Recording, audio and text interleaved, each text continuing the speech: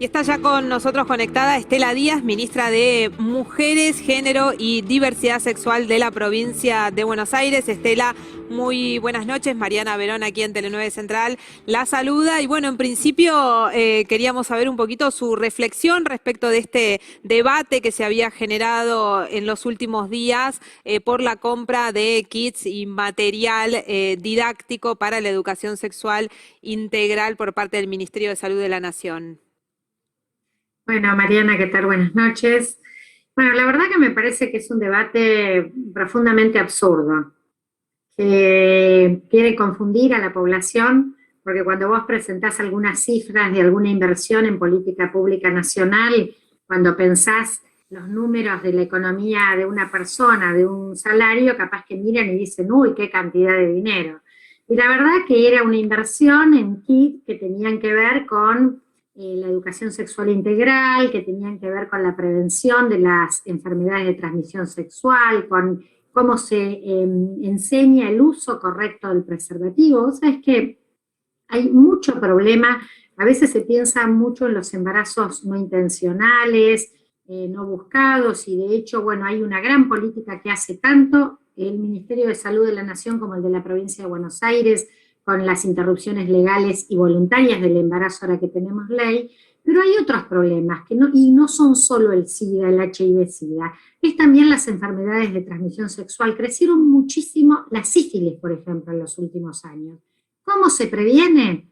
Se previene usando preservativo. ¿Y cómo haces para el uso del preservativo? Hay que naturalizarlo, hay que enseñar, hay que incluirlo en parte de las relaciones y de saber usarlo bien. Y de eso se trata, de instrumentos, de kit que contribuyan en ese sentido. La verdad que nos hace acordar mucho de absurdas denuncias que destruyeron un plan como fue el Plan Cunita y que no le permitió a niños y niñas de sectores populares tener un ajuar, tener una cura en condiciones, que además era una protección para su salud y su vida. Hoy vemos el absurdo de esa denuncia. Y esto, la verdad que no tiene ni pie ni cabeza que lo pongan en discusión.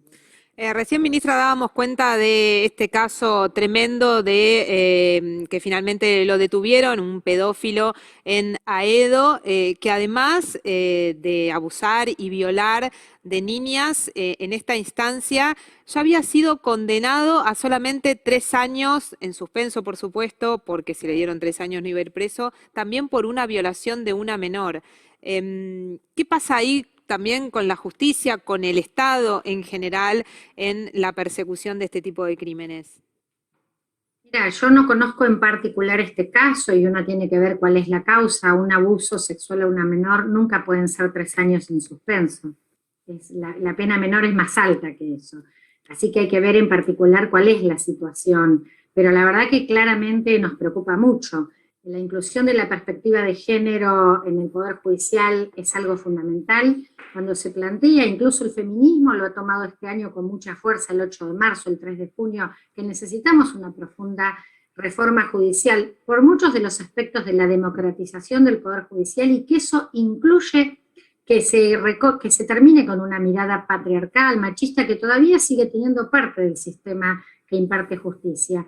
Así como eso, también podemos decir que hay fallos, a diferencia de otros tiempos, que son ejemplificadores, que incluyen esta mirada, que han dado testimonio, bueno, de cómo se reconoce la violencia por razones de género como un agravante y cómo esto se tiene que tener en cuenta en las condiciones de detención y cómo se trata esta situación. Nos parece que sin duda es la política que viene. Nosotras, cuando se creó el ministerio, se construyó una mesa de articulación entre poderes, donde tiene el poder legislativo, al poder ejecutivo y al judicial, y a donde allí necesitamos que todo el tiempo se profundice el diálogo, porque no puede haber una respuesta que no mire las características que tienen este tipo de violencia, este tipo de delitos.